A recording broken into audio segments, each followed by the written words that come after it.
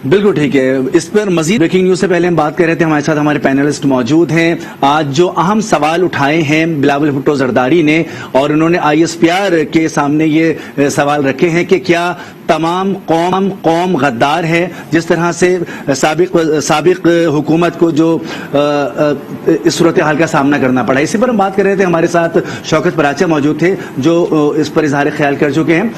یہ بتائیے گا رفعت سعید, جس طرح سے شوکت نے کہا کہ یہ بہت ویلڈ سوالات ہیں جو ایک عام انسان کے ذہن میں بھی ہیں, آپ کیا سمجھتے ہیں کہ بلاول بھٹو زرداری نے DG ISPR سے جو سوال اٹھائے ہیں, کیا ہر پاکستانی اسی طرح سے سوچ رہا ہے؟ دیکھیں, شوکت پراچا نے بالکل ٹھیک کہا, بالکل ہر آدمی کے ذہن میں یہی سوالات ہیں, اور بلاول بھٹو زرداری نے بہت میچورٹی کے ساتھ وہ سوال اٹھائے ہیں اور بہت ٹھوس چیزوں کی بنیاد پر یہ سوال سامنے لائے ہیں. اب جواب بنتا ہے ISPR کی طرف سے, جواب اس کا ضرور آنا چاہیے. میں صرف یہی کہوں گا کہ اب آج بھی سماعت کل تک کے لیے ملتوی ہو گئی. بلا وجہ میں پاکستان کے لوگوں کو ایک لحاظ سے ایک اذیت میں مبتلا کر رکھا ہے. ایسا لگتا ہے کہ اذیت پسندی جو ہے ان میں کوٹ کوٹ کے بھری ہوئی ہے. بات یہ آ رہی ہے کہ آپ نے ایک فیصلہ کر لیا, اس کے بعد اب آپ نے اس مسئلے کو بھی الجھا دیا, کل پھر عدالت میں, کل پھر لگے گی عدالت. کیا فیصلہ ہوتا ہے؟ لوگ اپنی پریشانیوں سے نہیں نکل پا رہے ہیں, لوگ مہنگائی کے بوجھ تلے دبتے چلے جا رہے ہیں. اس پہ ہم نے 3.5-4 سال تک صرف اور صرف حزب اختلاف کے جو جرائم تھے اس پر مبنی تقاریر سنی, ہم نے ہمیشہ حکومت کی طرف سے الزامات سنے, عدالتوں میں اب تک کچھ بھی ثابت نہیں ہو سکا, اور 3.5-4 سال ہمارے اسی میں گزر گئے. اس کے بعد پھر اب دوبارہ نیا سلسلہ شروع ہوا, جب تحریک عدم اعتماد سامنے آئی تو پھر وہی سلسلہ شروع ہو گیا. اب وہی الزام در الزام, اب تھوڑی دیر بعد آ کے حکومتی لوگ اس کا جواب دینے لگ جائیں گے, تو یہ شام تک سلسلہ چلتا رہے گا, اگلے دن بھی یہی کچھ ہوتا رہے گا. ہمارے بنیادی مسائل کہاں گئے جن کو ایڈریس کرنا حکومت کی, سابقہ حکومت کی ذمہ داری تھی؟ اسمبلی توڑ کر وہ سمجھ رہے ہیں کہ بری الذمہ ہو جائیں گے, اور اس طرح روزانہ آپ ٹی وی پر آ کر عوام سے خطاب کریں گے, اپنی الیکشن کمپین چلائیں گے, اور اس کے بعد آپ سمجھ یہ رہے ہیں, اور آپ کے جو ساتھی ہیں یا آپ کے جو حمایتی ہیں وہ یہ سمجھ رہے ہیں کہ شاید اگلی ٹرن جو اگلے انتخابات ہوں گے اس میں پھر عمران خان وزیر اعظم بن جائیں گے اور جیت کر آ جائیں گے اور عوام ان کے ساتھ ہیں. میرے خیال میں ان کی بڑی غلط فہمی ہے. لوگوں کے حقیقی مسائل پر توجہ دیں, اب بھی وقت ہے. اور یہ نگراں وزیر اعظم والا شوشہ جو نیا چھوڑا گیا ہے, اس میں قائد حزب اختلاف کی رائے جب تک شامل نہیں ہوگی اس وقت تک یہ فیصلہ بھی نہیں ہو سکتا. اور اس کے ساتھ ساتھ ایک بات بالکل بلاول بھٹو کی بالکل ٹھیک ہے کہ آپ نے ان سارے لوگوں کو غدار قرار دیا ہے, پھر آپ ایک خانہ پوری کے لیے ان سے رابطہ بھی کر رہے ہیں, خطوط بھی لکھوا رہے ہیں. میرے خیال میں اب اس میں عام لوگوں کو اس اذیت سے نجات دینی چاہیے, اور لوگ تاکہ سکون سے اپنی زندگی گزار سکیں. اور اس مہنگائی کے بوجھ تلے جو دبے ہوئے لوگ ہیں, لوگوں کا میں آپ کو باہر جا کے بازاروں میں دیکھیں کہ پتہ نہیں کون لوگ ہیں جو آ کر ابھی بھی عمران وزیر اعظم کی تائید کرتے ہیں. سابق تو میں نہیں کہوں گا, وزیر اعظم وہ اس وقت موجود ہیں, مگر بات یہ ہے کہ اب ہمارے حقیقی مسائل پر توجہ دینے کی ضرورت ہے.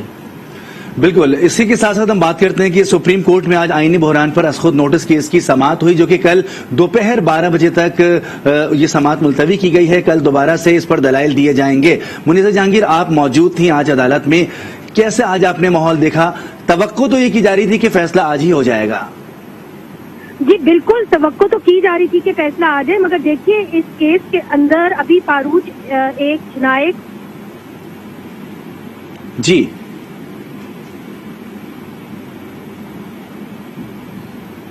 ہمارے اس وقت رابطہ بحال نہیں ہے, ہم اس پر مزید ان سے بات کریں گے. آپ کی طرف آتے ہیں, بیورو چیف اسلام آباد ہمارے ساتھ موجود ہیں طارق چودھری صاحب. یا شوکت پراچا, آپ بتائیے گا کہ جس طرح سے رفعت سعید کہہ رہے ہیں اسی تناظر میں ہم بات کر لیتے ہیں کہ بلاول بھٹو زرداری نے جو سوالات اٹھائے ہیں اس میں انہوں نے کچھ اہم باتیں یہ بھی کی ہیں کہ اتنی بڑی اگر سازش ہو رہی تھی تو ملک کے خفیہ ادارے کیا اس سے بے خبر تھے؟ جی شوکت. دیکھیں, بلاول نے یہ تو نہیں کہا کہ خبر تھے ہمارے خفیہ ادارے. بلاول بھٹو یہ کہہ رہے ہیں کہ اگر اتنا بڑا پلاٹ یہ سازش کا بنا تھا تو یہ تو ہمارے جو اپنے انٹیلیجنس ایجنسیز ہیں ان سے یقینی طور پر ادارے ہیں وہ اس کو انرتھ کرتے, وہ ایک ایمبیسڈر کی کیبل کے ذریعے نہ یہ سازش بے نقاب ہوتی. تو یہ ویلڈ کوسچن ہے. یعنی ہم تو بار بار کہہ رہے ہیں نا کہ ایمبیسڈرز خط لکھتے رہتے ہیں, ایمبیسڈرز کی میٹنگز بھی ہوتی ہیں. سملر میں آپ کو ایٹ پیرلل بتا دوں, انڈیا میں بھی ایک طوفان آیا ہوا ہے. وہ بھی کہہ رہے ہیں کہ جی آپ روس کے بارے میں, یوکرین کے بارے میں آپ ایسی پالیسی کیوں اپنا رہے ہیں. یہی امریکہ ان سے بات کر رہا ہے بار بار. کچھ بہت ساری ڈیولپمنٹس جو ان کی میوچول تھیں کینسل بھی کر دی. یورپین یونین وہاں شور مچا رہا ہے. تو کیا مودی کہے کہ جو امریکہ ہے اس کی حکومت کے خلاف سازش کر رہا ہے, یا ہم بعض اوقات یہاں بیرونی سفیر کو باقاعدہ طور پر ہم سمن کرتے ہیں اور ان کو کہتے ہیں کہ مسلمانوں کے ساتھ ظلم ہو رہا ہے, تو کیا ہم ان کی حکومتیں اوور تھرو کرنے کی کوشش کرتے ہیں؟ کیا وہ کبھی الزام لگاتے ہیں کہ پاکستان ان کے خلاف سازش کر رہا ہے؟ اس لیے یہ جو سازش بار بار کہی جا رہی ہے, ایک ایمبیسڈر, اب تو کلیئر ہو گئی ساری باتیں کہ ایمبیسڈر کی میٹنگ ہوئی, ایمبیسڈر کو انہوں نے باتیں کی, انہوں نے, میں مانتا ہوں چلیں جینوئن باتیں ہوں گی, لیکن یہ جو لنک ہے کہ سارے ہی 197 پارلیمنٹرین یہ بھی اس سازش کا شکار ہیں. اپنے ہی منتخب نمائندوں کو اگر آپ یہ کہیں کہ یہ سازشی ہیں اور ملک کے خلاف سازش کرتے ہیں, اور سب سے بڑھ کر جو امپورٹنٹ چیز ہے, کس نے تحقیقات کی؟ تحقیقات کا فورم کابینہ ہے, کابینہ نے کسی کو اسائن کیا. دیکھیے پاناما کیس میں سپریم کورٹ نے خود تحقیقات نہیں کی تھی, انہوں نے JIT بنائی تھی. اور پاکستان میں اس تناظر میں بہت ساری ایسی سازشوں کا ذکر آیا. اٹک سازش کیس آپ کو یاد ہو یا نہ یاد ہو, وہ بھی اس طرح کی ایک, پھر اگرتلا سازش کا ایک ہماری تاریخ میں ہے. باقاعدہ وہ تحقیقات ہوئی, ان کے کیا نتائج آئے, کسی نے ایکسپٹ کیے نہیں کیے, وہ ماضی کی باتیں ہیں. لیکن ان کے لیے کوئی نہ کوئی کمیشن بنا, تحقیقاتی عمل آیا. یہاں تو چند لوگوں نے بیٹھ کے آپس میں مشاورت کی اور انہوں نے ثابت کر دیا کہ ہاں یہ سازش ہو گئی. بالکل اسی سازش کی بنیاد پر اگلی جو بات ہے, اسی سازش کی بنیاد پر اگر یہ سازش کا یہ کہانی نہ گھڑی جاتی تو آرٹیکل 5 انووک نہ ہوتا. آرٹیکل 5 وزیر قانون نے انووک کیا اور ڈپٹی اسپیکر نے فوراً رولنگ دے دی. یہ وہ کڑیاں ہیں جو کورٹ کو کل ان کو گتھیاں سلجھانی ہیں. کورٹ نے آج سوالات بھی کیے. ایک سوال بڑا جینوئن تھا, جب اپوزیشن کہتی ہے کہ ہمیں اعتماد میں نہیں لیا گیا, تو کورٹ نے کہا کہ پارلیمانی کمیٹی سیکیورٹی والی بنائی گئی تھی, آپ اس میں آئے. اب حکومت اپنی طرف سے دعویٰ کر رہی ہے کہ ہم نے تمام تفصیلات اس میں رکھی تھی, لیکن وہ بھی تحقیقاتی مراحل نہیں ہے. جو میں بار بار کہہ رہا ہوں کہ آپ نے ایک خط کو, ایک کیبل کو, ایک کمیونیکیشن کو باقاعدہ سازش کا رنگ دے دیا, تو کوئی نہ کوئی کہیں نہ کہیں جو متعلقہ ادارے ہیں, جوڈیشل فورم ہے, کہیں تو آپ اس کو پہلے سینکٹیفائی کرواتے, ریکٹیفائی کرواتے, اس کو اسرٹن کرواتے, اس کی اتھینٹسٹی لیتے کہ یہ واقعی سازش ہے. آپ نے بیٹھ کے آپس میں میٹنگ کر کے اس کو سازش کا رنگ دے دیا. بالکل صحیح ہے. جی منیزہ سے ہمارا رابطہ ہو گیا. جی آج آپ عدالت میں موجود تھیں اور جیسا کہ ہم نے سوال یہ پوچھا تھا کہ توقع کی جا رہی تھی کہ آج یہ معاملہ طے ہو جائے گا اور فیصلہ سامنے آ جائے گا, کیا کہیں گی؟ جی دیکھیے آج ذرا مشکل اس لیے تھا کیونکہ اس کے اندر 3 پٹیشنز ہیں. ایک تو خود لی ہوئی ہے سپریم کورٹ نے سو موٹو کے تحت, پھر پاکستان پیپلز پارٹی PMLN اور JUIFA کی ایک پٹیشن ہے, پھر سپریم کورٹ بار ایسوسی ایشن کی ایک پٹیشن ہے. پھر اس کے بعد جو ہے اسپیکر کی طرف سے نعیم بخاری صاحب پیش ہوئے تو انہوں نے بھی اپنی آرگومنٹس دینی ہے. رضا ربانی صاحب نے کل اپنی آرگومنٹس دینی ہے, 10 منٹ انہوں نے مانگے ہوئے ہیں. آج فاروق ایچ نائک نے آرگومنٹس دی. پھر اس کے بعد جو ہے ہم سنیں گے نعیم بخاری صاحب کو, اور اس کے بعد بابر اعوان صاحب کو, اور پھر آخر میں ہم اٹارنی جنرل آف پاکستان کو بھی سنیں گے. میں آپ کو بتا دوں آج کمرہ عدالت میں بہت سارے سیاستدان تھے, احسن اقبال صاحب تھے, رانا ثناء اللہ صاحب تو اکثر ہوتے ہیں, مگر آج PTI کے بھی کافی MNAs اور جو مشیر ہیں ہم نے دیکھے. علی محمد صاحب تھے, پھر فیصل جاوید صاحب تھے, فواد چودھری صاحب بھی آئے. تو کمرہ عدالت بالکل بھرا پڑا تھا, اور ظاہر ہے بہت سارے صحافی بھی وہاں پہ موجود تھے. جو سوال اٹھایا گیا, فاروق ایچ نائک نے جو بات کی, انہوں نے یہ کہا کہ اسپیکر کا دائرہ اختیار ہے کہ نہیں ہے, کہ جب وہ موشن لے کے آئے 28 مارچ کو موشن جب ایکسپٹ ہوا تو تب ان کے پاس دائرہ اختیار تھا کہ وہ اس موشن کو پروسیجر کے تحت ریجیکٹ کر دیتے. مگر اگر وہ موشن ووٹنگ تک آ پہنچا ہے, یعنی کہ سنڈے کو اس کے پر ووٹنگ ہونی تھی تو تب اسپیکر کا کوئی اختیار نہیں تھا کہ وہ کوئی نہ کوئی بہانہ مار کے اس موشن کو ریجیکٹ کر دیتے. تب اختیار صرف نیشنل اسمبلی کے یعنی کہ ممبر آف نیشنل اسمبلی کا تھا جو ممبرز تھے کہ یا اس کے پر وہ ووٹ کرتے ہاں یا اس کے پر ووٹ کرتے نہ. مگر ریجیکٹ کرنے کا جو دائرہ اختیار تھا وہ اسپیکر کے پاس 28 مارچ کو تھا, اس کے بعد نہیں تھا. تو یہ بنیادی آرگیومنٹ انہوں نے پریزنٹ کی اور انہوں نے یہ سوال اٹھایا کہ اسپیکر اور ڈیپٹی اسپیکر کا دائرہ اختیار کیا تھا اور کیا نہیں تھا. تو یہ آج بنیادی بات ہوئی. اب کل جو ہے اس کے اوپر مزید آرگیومنٹ کریں گے رضا ربانی صاحب, انہوں نے کچھ وقت مانگا ہے.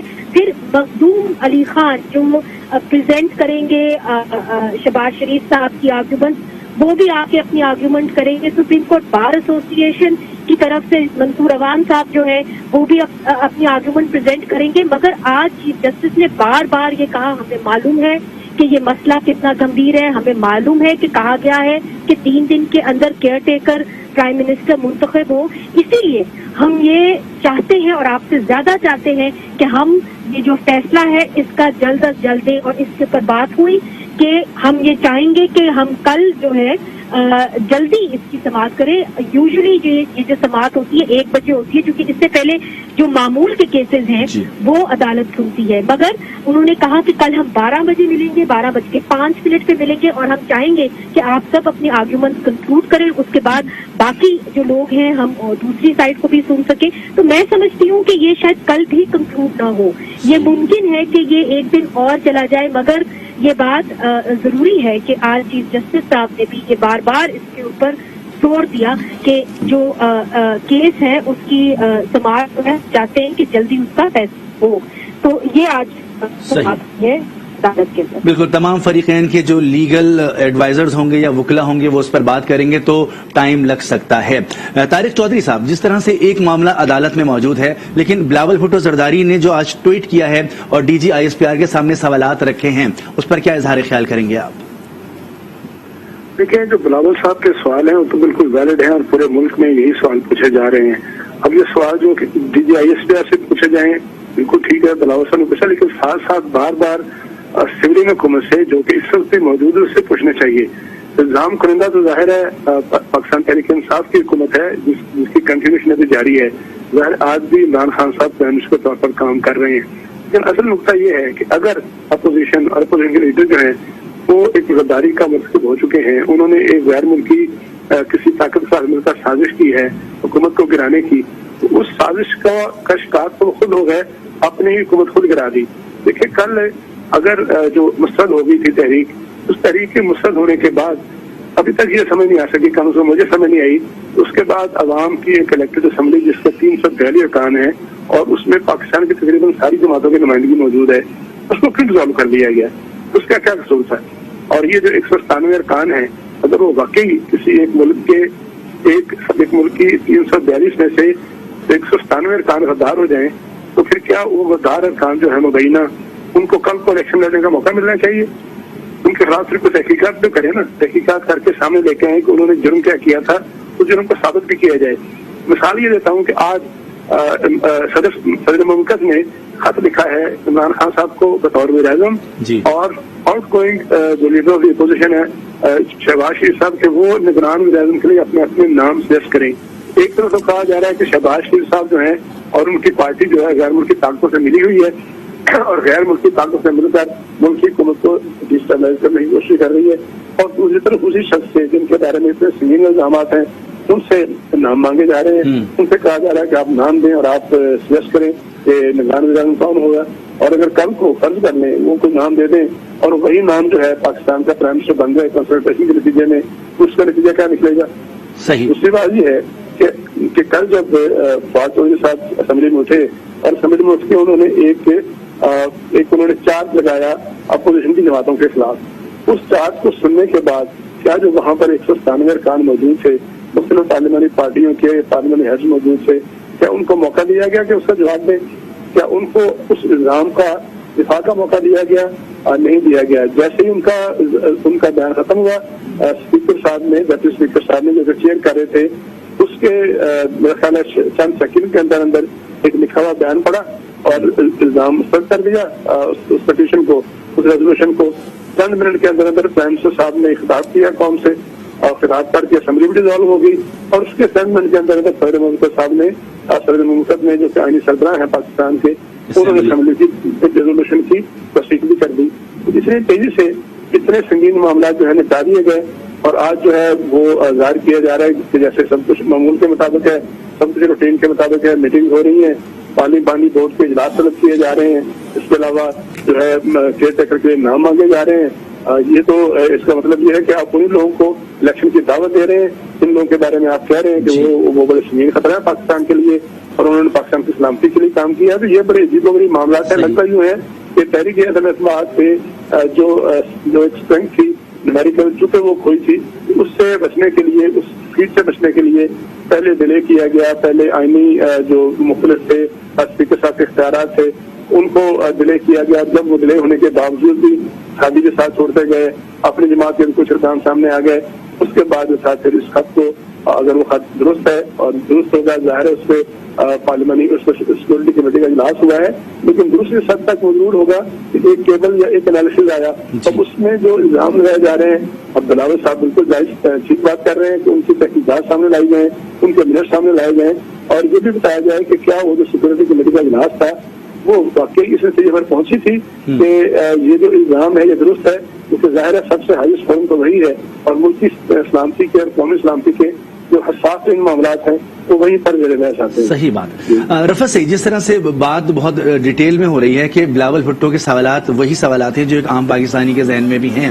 اس کے ساتھ ساتھ جس عدم اعتماد سے بچنے کے لیے آپ نے اتنے سارے ارکان کو غدار قرار دیا، قومی مجرم قرار دیا، بیرونی سازش کے ساتھ چلنے والا قرار دیا، اب انہی سے کہا جا رہا ہے کہ آپ تجویز کریں نگراں وزیر اعظم کے لیے. تو یہ تضاد کیسا ہے؟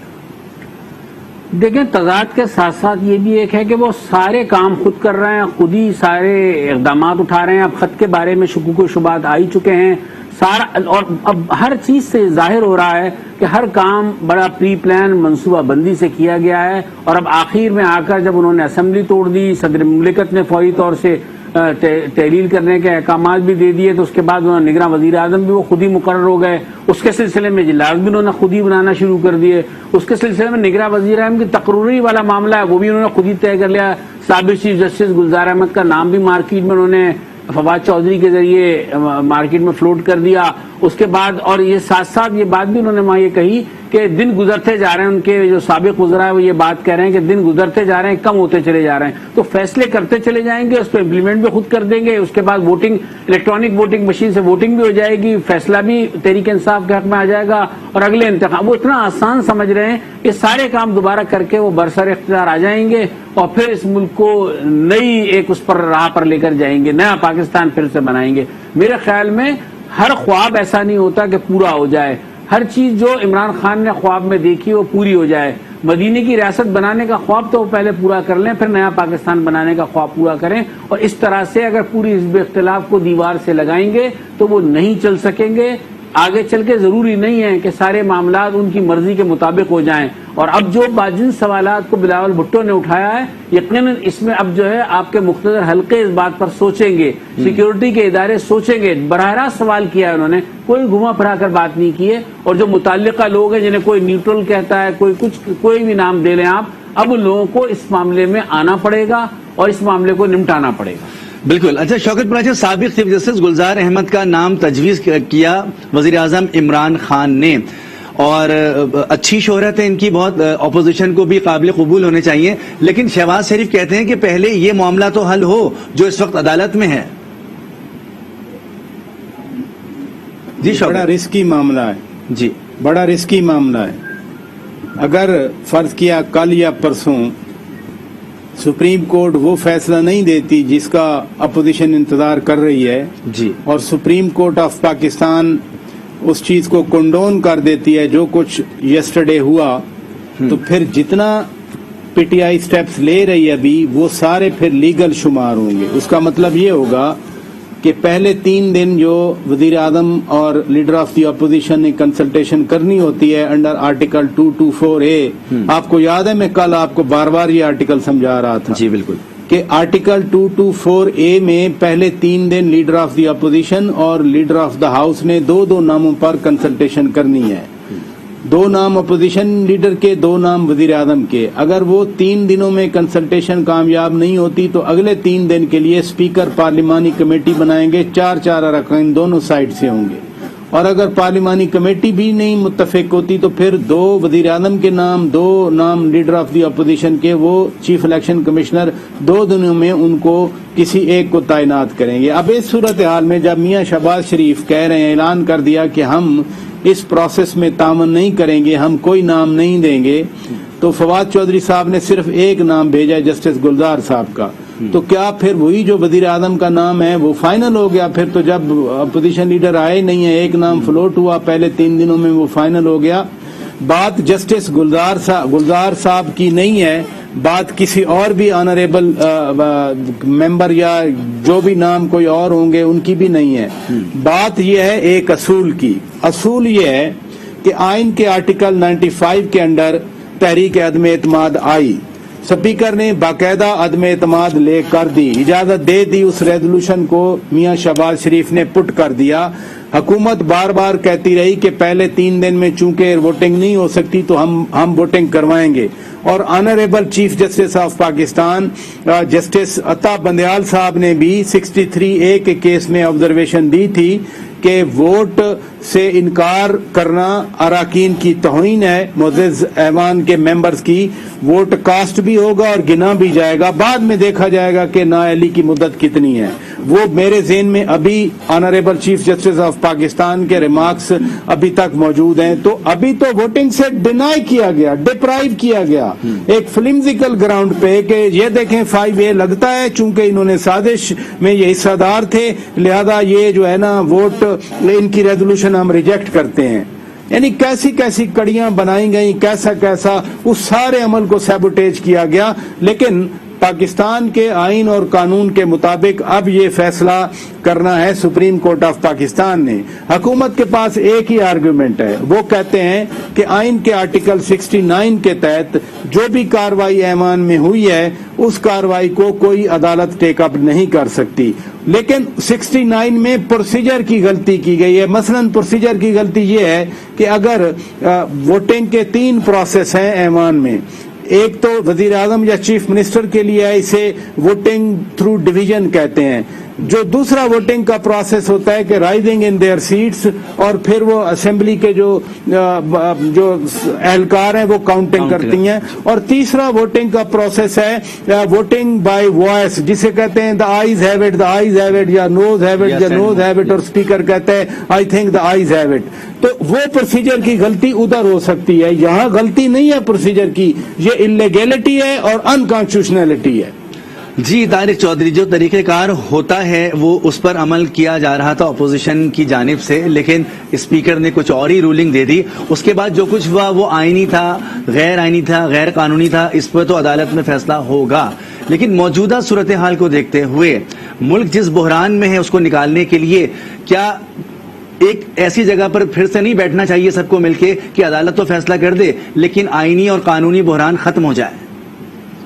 دیکھیں، اس وقت آپ کی بات جو ہے بالکل درست ہے، لیکن جو مہذب ممالک ہوتے ہیں، جہاں فنکشنل ڈیموکریسی ہوتی ہیں، جہاں ڈیموکریسی کا تسلسل ہوتا ہے اور جہاں لوگ اپنے اداروں کا احترام کرتے ہیں، جہاں ڈیموکریسی کو واقعی ڈیموکریسی سمجھتے ہیں، وہاں اس طرح کی مشاورت کا، اور یہ جو آپ کہتے ہیں کہ ایک جگہ بیٹھ کے فیصلہ کر لیں، وہ صرف اور صرف پارلیمنٹ ہوتا ہے. پارلیمنٹ سے بڑھ کر کون سا ایسا ادارہ ہے جہاں پر مشاورت ہو سکتی ہے، جہاں پر فیصلہ ہو سکے.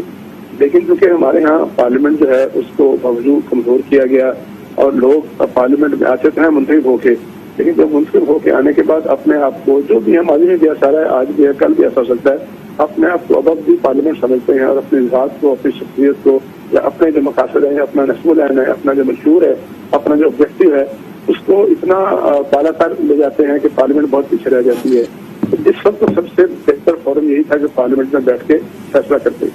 یہ جو عدم اعتماد کا معاملہ ہے، اس کے پیچھے بھی جو ہمارے آئین ساز تھے، دنیا بھر کے جو آئین ساز ہیں، ان کے پیچھے یہی فلسفہ ہے، یہی روح ہے کہ جس طرح کسی الیکٹڈ حکومت کو لانے کا طریقہ کار موجود ہے، آئینی طریقہ کار موجود ہے، اسی طرح اس کو بھیجنے کے 2 طریقے ہیں.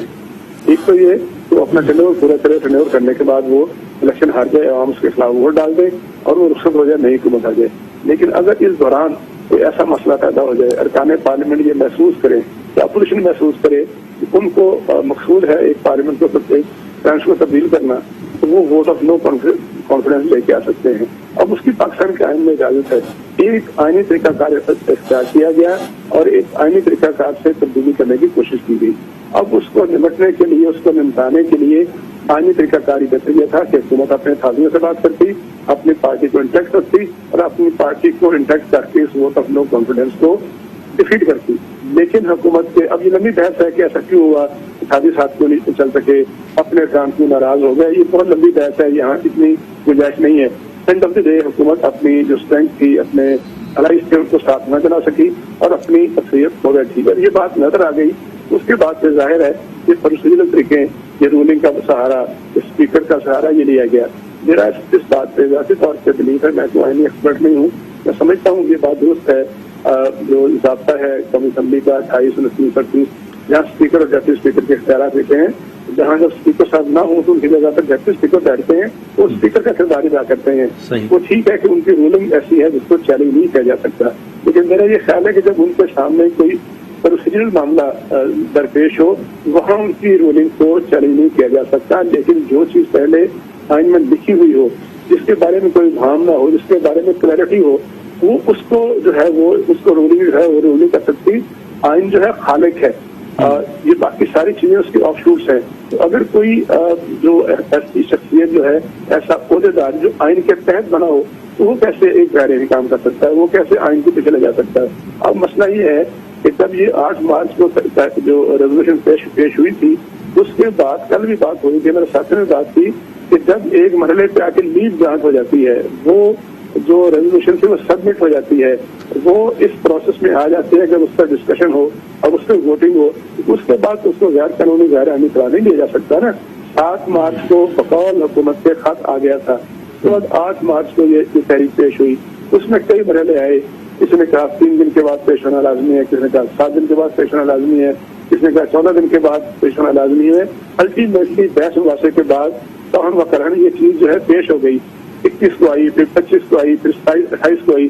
یہ سارے پروسیس ہوتے رہے. 28 کو الٹیمیٹلی کہا گیا کہ 31 تاریخ کو 31 مارچ کو اس سے بحث ہوگی. 31 مارچ کو ایک مرتبہ پھر اس کو 3 اپریل تک لے جایا گیا. اور 3 اپریل کو تقریباً 20-25 دن گزرنے کے بعد اچانک یہ بات سامنے آئی چند منٹوں کے اندر کہ وہ تحریک جو سبمٹ ہو چکی، وہ تحریک جس کو لیڈ گرانٹ ہو چکی، جس پہ ووٹنگ ہونا تھی اس دن، وہ اچانک پتہ چلا کہ وہ آرٹیکل 5 کے تحت جو ہے وہ اس کو مسترد کیا جاتا ہے. یہ سارا معاملہ ایسا ہے. بنیادی سوال وہیں پر اس پہ کون فیصلہ کرے گا، چونکہ اب تو سپریم کورٹ میں ہے، سپریم کورٹ میں فیصلہ آنا، لیکن اس کا پراپر فارم جو ہے وہ صرف اور صرف پارلیمنٹ ہے، جو کہ کل ایک فیصلے کے تحت ریزالو ہو چکی ہے. صحیح. اچھا رفعت سعید، ہم نے آج دیکھا وزیر اعظم نے ایک مرتبہ پھر مخاطب ہوئے اور live calls national TV پر انہوں نے لی، عوام سے انہوں نے گفتگو کی. اس میں انہوں نے یہ بھی کہہ دیا کہ آج رات نماز عشاء کے بعد وہ اسلام آباد میں احتجاج میں شریک ہوں گے ریڈ زون کے باہر. اور اسی طرح کے احتجاج انہوں نے ملک بھر میں ایک بات اپنی کارکنان تک پہنچا دی کہ آپ بھی احتجاج کریں کہ جو خرید و فروخت ہو رہی ہے پنجاب اسمبلی کے میں جو چناؤ ہونا ہے وزیر اعلیٰ کا، اس کے حوالے سے بھی انہوں نے کہا کہ اس کے خلاف بھی جو ہے آپ احتجاج کریں، سڑکوں پر آئیں اور پرامن احتجاج کریں. ایک جانب معاملہ عدالت میں بھی ہے، دوسری جانب وہ لوگوں کو سڑکوں پر بھی لا رہے ہیں. دیکھیں وزیر اعظم عمران خان ایک ٹکٹ میں 2 نہیں 4 مزے کر رہے ہیں. بات یہ ہے کہ ایک طرف وہ حزب اختلاف کا مزہ بھی لے رہے ہیں، ایک طرف وہ احتجاج بھی کر رہے ہیں، ایک طرف وہ اپنی انتخابی کمپین بھی چلا رہے ہیں، ایک طرف وہ عالمی قوتوں سے بھی لڑ رہے ہیں، اور اس کے بعد یہ تاثر دینے کے لیے انتخابات میں کہ وہ ایک طاقتور سیاستداں کے طور پر انہوں نے رجسٹ کیا ہے، انہوں نے اس قوم کو خوددار قوم بنایا ہے. تو میرے خیال میں وہ کئی چیزوں کا اس کے ساتھ ایک ساتھ لے کر چل رہے ہیں. اور اس کے بعد میں تو یہی کہوں گا، میری رائے یہی ہے، وزیر اعظم وہ بالکل موجود ہیں، اس وقت موجودہ نگراں وزیر اعظم بھی ہیں وہ، لیکن ساتھ ساتھ وہ جو نیشنل ٹی وی پر بیٹھ کر اپنی کمپین جس طرح چلا رہے ہیں، سوال جواب لے رہے ہیں، میرے خیال میں یہ انہیں نہیں کرنا چاہیے. اور جہاں تک انہوں نے آج بات کی کہ اب وہ احتجاج پہلے تھا، یہ جشن منا رہے ہیں وہاں پر، جو یہ فتح جو وزیر اعظم نے کیا ہے، جو ترک کا پتہ جسے کہا جا رہا تھا اس کا استعمال کیا ہے، اس پر خوشیاں کراچی میں بھی منائی گئی، ہر جگہ منائی جا رہی ہیں. تو اب لیکن سنا یہ کہ وہ اس کو احتجاج کہا جا رہا ہے. تو یہ مختلف فلیور جو ہیں ساتھ ساتھ آ رہے ہیں اور ایسا لگتا ہے کہ انہیں پھر ہر قسم کی آشیرواد حاصل ہے اور وہ کسی نہ کسی بنیاد پر یہ سارے کام کر رہے ہیں. اب وہ آنے والے دنوں میں دیکھتے ہیں کہ کیا ہوتا ہے, آیا اس کیس کی تحقیقات ہوتی ہے اس میں آتی ہیں چیزیں سامنے, یا آیا سپریم کورٹ میں یہ چیزیں سامنے آتی ہیں, حزب اختلاف کس طرح سے آگے لے کے ان چیزوں کو چلتی ہے, تو واضح ہو جائے گا کہ آخر کس کی پشت پناہی انہیں حاصل ہے, کس کی پشت بنائی انہیں حاصل ہے. اپوزیشن اور حکومت کی جانب سے جو اس وقت محاذ آرائی ہمیں سیاسی حلقوں میں نظر آتی ہے یقینی طور پر وہ الگ, لیکن جو معاملات عدالت میں ہیں اور جو معاملات وزیر اعظم خود حکومت میں رہتے ہوئے نیشنل ٹی وی کے ذریعے اپنے کارکنان تک میسج پہنچا رہے ہیں, ان کو بھی تھوڑا دیکھنا ہوگا. اسی موضوع پر بات کریں گے, ہمارے ساتھ موجود ہیں, بریک لیں گے, بریک کے بعد دوبارہ حاضر ہوں گے.